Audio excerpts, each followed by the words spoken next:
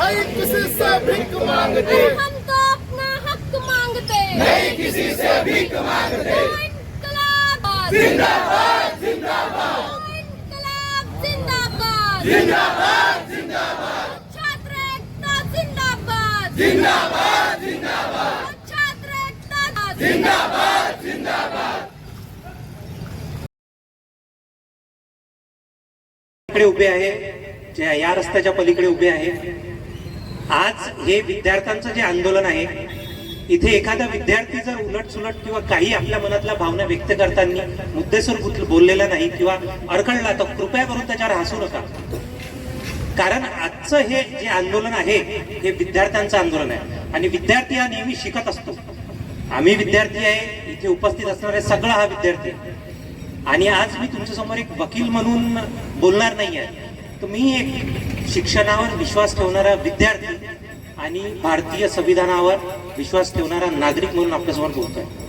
कदाचित माझाही उद्देश आपल्यासारखाच आहे आणि मी जर काही अडखडलो चुकलो तर मला माफ करा, पण माझी भावना आणि माझं उद्दिष्ट हे जे तुमचं आहे तेच आहे.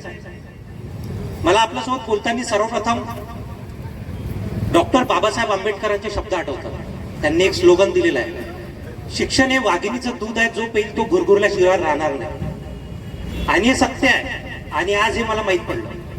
कारण की इथे जोही विद्यार्थी उपस्थित झालेला आहे तो शिक्षणाच्या वाघिणीचं दूध पिऊन इथे आलेला आहे आणि तो विद्यार्थी गुरगुर करत इथे उभा आहे, बसलेला आहे आणि आमच्या सोबत आहे.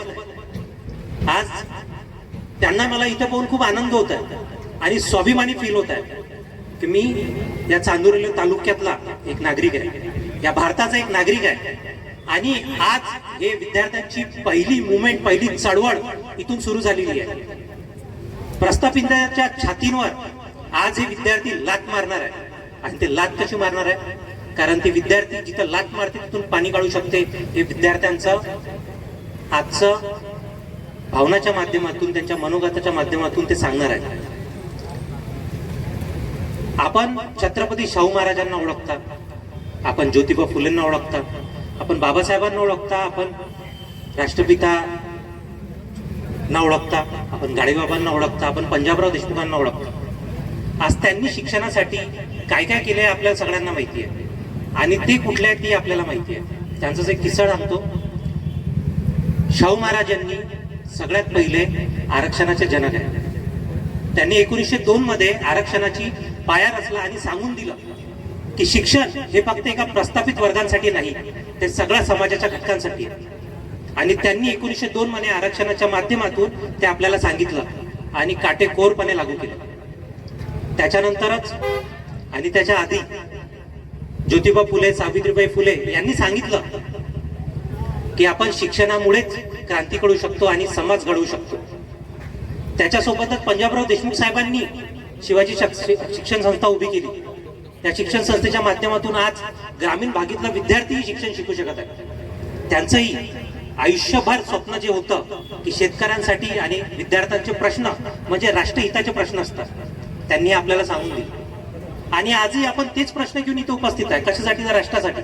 कारण की आजचा एक विद्यार्थी म्हणजे राष्ट्र आहे. जर विद्यार्थीची निर्मिती झाली नाही तर राष्ट्राची निर्मिती होणार नाही. आणि आपल्या मागण्या काय हो साध्या, की आम्हाला काय पाहिजे? पेपर फुटला नाही पाहिजे. आम्ही कोणत्या इथं सरकारच्या विरोधात उभे आहे का? आम्ही विरोधात उभे आहे अन्यायाच्या. संविधानानं जो अधिकार दिलेला आहे, जो अन्याय झाला नाही पाहिजे त्याच्या संबंधात आपण इथे उभे आहे. आपण सरकारला सांगतोय की तुम्ही सुधारणा करा. ज्या तुम्ही सुधारणा करत नाही त्याच्यामुळे आम्हाला त्याचे फळ भोगावे लागत आहे. आज जसं मॅडम सांगितलं, सरांनी सांगितलं, आता स्वप्नील सरांनी टीईटीची परीक्षा, नीटची परीक्षा हे फुटतायत. मग हे फुटणं म्हणजे काय? विद्यार्थ्यांचं नुकसान होणं म्हणजे काय? आता सोप्या भाषेत, मी अशा घरातून येतो जे घर खूप लहान आहे, गावातलं घर आहे आणि माझ्यासारखेच सगळे विद्यार्थी आहेत. आज इथं म्हणजे एक उदाहरण घेण्याची गोष्ट झाली, त्याची सत्य परिस्थितीचं उदाहरण आहे. एक शेतकरी आपल्या पोराला शिकवतो, कर्ज घेऊन शिकवतो, शाळेत पाठवतो, शाळेत पाठवल्यानंतर त्याची फी भरतो, फी भरल्यानंतर तो एक्झाम देतो आणि एक्झामचा जर पेपर फुटला तर त्याचे स्वतःचे स्वप्न जातात का? ते एका त्याच्या स्वप्नासोबत त्याच्या घरातल्या सगळ्यांचे स्वप्न जातात. आईचे स्वप्न जातात, बाबाचे स्वप्न जातात, भाऊ बहिणीचे स्वप्न जातात, समाजाचे स्वप्न जातात. मग यांचे स्वप्न जात असेल तर देश आणि राष्ट्र हे कुठे आहे? तर आपल्या मागण्या कशा आहेत? सोप्या आहेत.